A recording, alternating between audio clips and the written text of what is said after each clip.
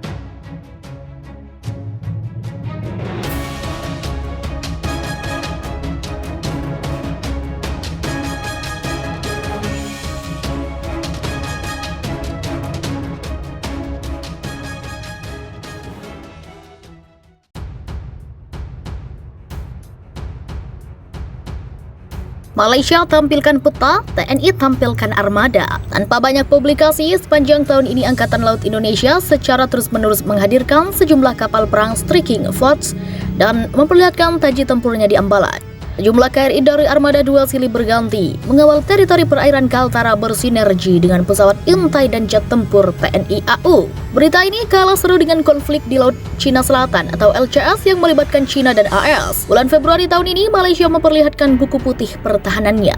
Bagaimana strategi pertahanannya 10 tahun ke depan. Namun titik perhatian kita adalah adanya tampilan peta baru teritori Malaysia dan memasukkan perairan Ambalat dalam wilayah teritori dan ZEE-nya. Secara geopolitik dan geostrategis, Ambalat adalah wilayah kedaulatan Malaysia menurut buku putihnya. Ketika buku putih itu terbit, sudah banyak kemajuan yang didapat dalam perkuatan militer Indonesia selama 10 tahun terakhir. Tahun 2005 yang lalu, kekuatan alutsista kita tertinggal dari Malaysia. Dan jiran yang satu ini karena serasa menang dalam sengketa Sipadan dan Lincitan, lalu memperlihatkan keangkuhan militernya, berkali-kali dengan arogannya melecehkan teritori Indonesia. Bahkan ketika Presiden SBY berkunjung ke Ambalat, pesawat mereka melintas di atas kapal perang yang dinaiki RI. Kondisi sekarang sudah terbalik. Militer kita sudah jauh mengungguli Malaysia. Perolehan aset kapal perang baru kita meningkat signifikan. Juga untuk mantra udara dan darat kita banyak memperoleh aset-aset berteknologi terkini. Program Minimum Essential Force atau MEF yang digagas dan dimulai sejak Presiden SBY tahun 2009 telah menghasilkan postur kekuatan TNI yang jauh lebih baik. Sementara Malaysia hampir tidak terdengar berita memperoleh alutsista anyar dan berkelas. Pembangunan frigat Maharaja Lela kelas ruwet dan terhenti. Pergantian helikopter jadul Nuri tidak terlaksana. Operasional jet tempur Sukhoi tidak maksimal, bahkan ada kabar satu jet tempur Sukhoi-nya mengalami keletihan logam karena sering dipaksa atraksi demo. Persoalan ketersendatan pembangunan militer Malaysia tidak terlepas dari gaya rezim terdahulu yang disinyalir banyak menyalahgunakan wewenang. Padahal ancaman terhadap teritori Malaysia di depan mata. Klaim Cina terhadap perairan LCS di Sabah banyak mempermalukan kerajaan. Setidaknya ada 89 kali pelanggaran yang dilakukan Cina, namun Malaysia tidak memberikan respon militer alias diam saja. Persoalan Sabah dengan Filipina juga mencuat belakangan ini. Berdasarkan catatan sejarah, Sabah bagi Filipina adalah wilayah bekas Kesultanan Sulu. Ini juga merupakan ancaman teritori kedaulatan Malaysia. Perkuatan militer Filipina saat ini harus diantisipasi Malaysia meski tujuan utamanya adalah untuk menghadapi Cina di LCS. Bisa jadi militer Filipina menjadi kekuatan penggentar untuk konflik Sabah kelak. Hampir semua negara ASEAN meningkatkan belanja militernya, sementara Malaysia tertatih-tatih melakukannya. Persoalan kemelut politik di Semenanjung yang masih ruwet menyita energi konstruktif untuk negeri serumpun itu. Belum lagi letak geografi Sabah dan Ambalat yang jauh dari Semenanjung. Dalam bingkai strategi militer akan menyulitkan Malaysia manakala terjadi konflik di Sabah dan Ambalat. Indonesia punya pangkalan militer di Tanjung Pinang, Pontianak, dan Natuna. Bahkan Natuna mampu melakukan blokade militer jika memang diperlukan. Malaysia Semenanjung akan mengalami kesulitan dalam suplai militer ke Ambalat manakala terjadi konflik. Penyergapan yang dilakukan 2 jet tempur F-16 TNI AU terhadap Hercules Malaysia yang menuju ke Sarawak setahun lalu adalah contoh soalnya. Sekarang saja Malaysia mengalami kesulitan dalam distribusi kapal perang dan jet tempur. Armada lautnya kekurangan kapal kombatan. bagaimana menjaga perairan Semenanjung. Lalu terpotong jalur militernya ke Sabah dan Sarawak karena ada pangkalan militer Cina.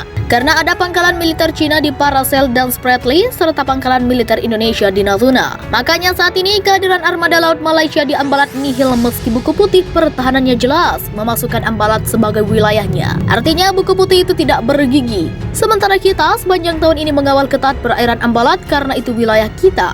Pelajarannya adalah, apapun itu, kekuatan egois dan diplomasi sebuah negara harus diikuti dengan kekuatan militer yang setara. Civis pacem para belum adalah semboyan kewibawaan militer. Jika ingin damai, bersiaplah untuk perang. Diplomasi militer adalah menjalankan semboyan ini. Jika militer kita kuat dan disegani, maka kekuatan diplomasi kita juga disegani. Jadi sangat dimungkinkan tidak terjadi perang karena masing-masing merasa segan. Contoh jelasnya konflik India-Cina baru-baru ini. Karena saling segan yang terjadi kemudian taburan antar personel yang menewaskan lebih 70 serdadu kedua negara. Bukan karena letusan senjata, kehadiran sejumlah KRI dan jet tempur di Ambalat adalah diplomasi militer untuk menunjukkan kekuatan militer Indonesia. Sekaligus untuk menegaskan marwah dan kedaulatan teritori NKRI. Ada dua hal yang menjadi faktor nihilnya kehadiran kapal perang Malaysia di sana. Kurangnya armada kapal perang mereka atau merasa kalah mental beruji nyali dengan kapal perang kita. Tak terima Natuna milik Indonesia Malaysia tantang perang. Ilmuwan ini membeberkan bukti sejarah keterkaitan Pulau Natuna dengan Malaysia. Kedaulatan Republik Indonesia terhadap Laut Natuna diusik oleh seorang ilmuwan asal Malaysia yang membuat pernyataan cukup mengejutkan terkait sejarah Natuna sangat berhubungan Malaysia. Dikabarkan salah satu media milik Malaysia, M-Star 7 pada Desember 2013 lalu, Muhammad Hasmi Mod Rusli, dosen senior di University Sains Islam Malaysia dan Associate Fellow di Institute of Oceanography and Environment, University Malaysia Terengganu menyebut sejarah Kepulauan Natuna tidak terlepas dari pengaruh negara-negara bagian di Malaya yang kemudian dikenal dengan Malaysia. Menurut Mahazmi Mod Rusli, jika dilihat pada peta Asia Tenggara, terlihat jelas bahwa Kepulauan Natuna secara alami berada sejajar dengan letak negara bagian Terengganu. Jika ditarik garis lurus dari pantai negara bagian ke arah timur, sedangkan perbatasan Indonesia jelas melengkung ke atas dan tidak dalam satu garis lurus.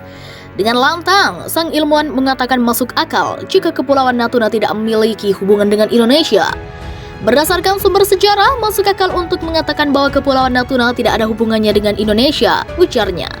Dikatakannya, Kepulauan Natuna berbeda dengan jajahan Belanda lainnya di Indonesia seperti Pulau Sumatera, Pulau Jawa, Nusa Tenggara, Makassar, dan Papua. Wilayah-wilayah tersebut adalah milik Indonesia yang mewarisinya dari bekas penjajahnya, Belanda, ketika Indonesia merdeka pada tahun 1945.